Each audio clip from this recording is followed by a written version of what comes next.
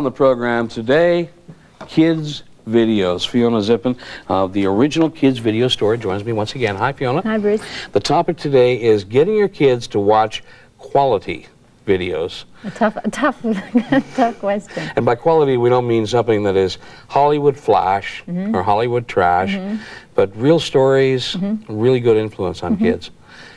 What do we do? Well, why won't they watch what we watched? Well, that's another question. But if you're lucky enough to start when your kids are little, there are a couple of things that you can do. The first thing that I find that works well is to bridge something that they read with something that's on video. Something that's scary. Here's a really good one. Marie Sendak's, really Rosie. These are the kind of things that your library can help you out with, because librarians are a little bit more concerned with quality material than video retailers. So this is storytelling on video. Yeah, and story reading on video. There's one that's specifically aimed at bridging those two things, and then you can move up in the age scale, and you can go right to things that they've read, Ramona, Babysitters Club, things like that. Right. And then hopefully you can get into this kind of thing, which is really quality stuff: The Secret Garden, Chronicles of Narnia. So that if the child has read the book and is already familiar with the characters, they're more willing to sit and watch something that's a little bit more slow paced. Right. And that even extends into, as they get older, they become interested then in sort of Hollywood versions of books, because as often the older films are better at showing the books. The other thing that you can do is start with your child watching different styles of animation, so that your child doesn't just see Disney all the time. So try different things. Now, the best thing to do with this kind of material is to sit with your child and make it a whole experience for him. Something like that, The Snowman, which is also based on a book, but different kind of animation.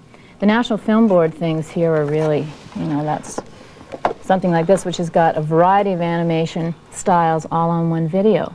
So this way your child gets used to seeing different kinds of animation. It's so much more educational for him too. Now, this is fine if in fact you're working with a child who is young. You can start creating those habits right away.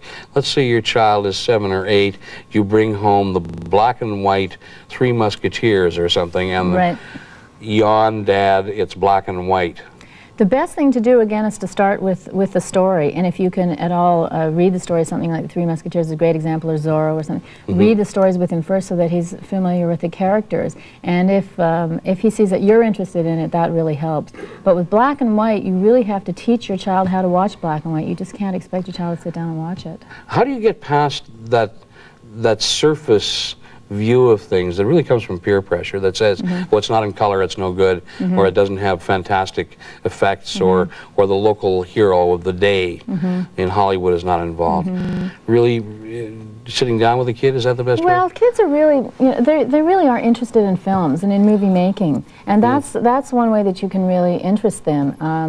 To talk to them about the stars of the day, and even to get some books that are to do with the stars of the day, and to look at a couple of films. And, so you're giving a sense of history as well. Yeah, and to really to show the child that this is what was done in the 30s and 40s, and we look at it quite differently. It might even be funny and silly these days, but it's all part of the educational experience. That brings up another point too, because the moral character of the era changes too. And if you can get your kid, I guess, involved looking at history and morality and the sensibilities of the day, that's important. It's a very surprise sometimes when they see some films that were done in the 50s where mom maybe stays at home, and they find this very strange. But I don't think it's bad to show these type of films to kids, because after all, they have to understand that that's how it was. And things are different now, and that, it opens up a whole area that you can talk about. It removes the whole aspect of the video as the babysitter, though. Yeah. Well, video as a babysitter sometimes works, and I'm certainly not saying that one shouldn't do that.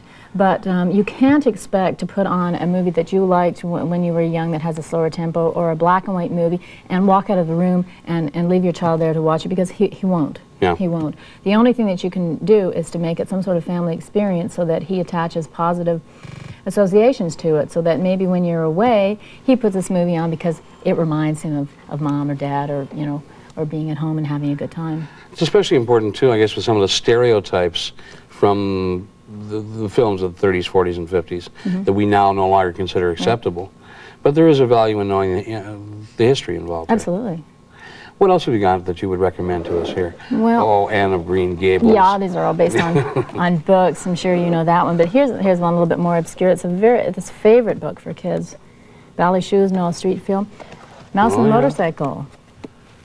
Terrific little film. The Mouse and the Motorcycle. Mouse and the Motorcycle. So these are kinds of things that you know, that you may not think of. This is a Disney Robin Hood, which is actually, you know, pretty action-packed. And if you have a child that's 7 or 8, they're going to enjoy this just as much as you know, the more high-power ones that you might not want them to see.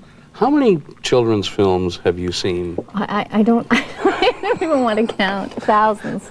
Just thousands. Some of them more than once. Because in your store, you not only have the boxes, but you have a description written by yourself or someone on staff.